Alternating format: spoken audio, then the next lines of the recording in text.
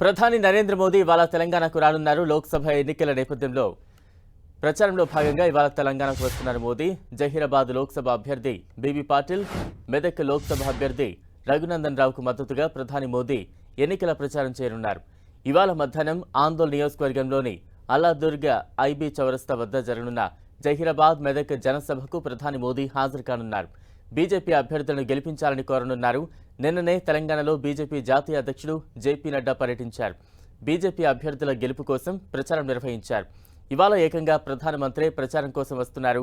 దీంతో బీజేపీ శ్రేణులు భారీ ఏర్పాట్లు చేశాయి. మోదీ సభకు భారీ జన సమీకరణ చేస్తున్నాయి.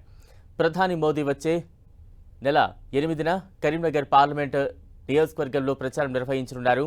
వేములవాడలో ఆయన పర్యటిస్తారు. ఆ రోజు ఉదయం 10 గంటలకు వేములవాడ శ్రీ రాజరాజేశ్వర స్వామిని దర్శించుకుంటారు. అనంతరం పార్టీ కరీంనగర్ అభ్యర్థి బండి సంజయ్కు మద్దతుగా వేములవాడలోనే నిర్వహించే బహిరంగ సభలో మోదీ పాల్గొంటారు.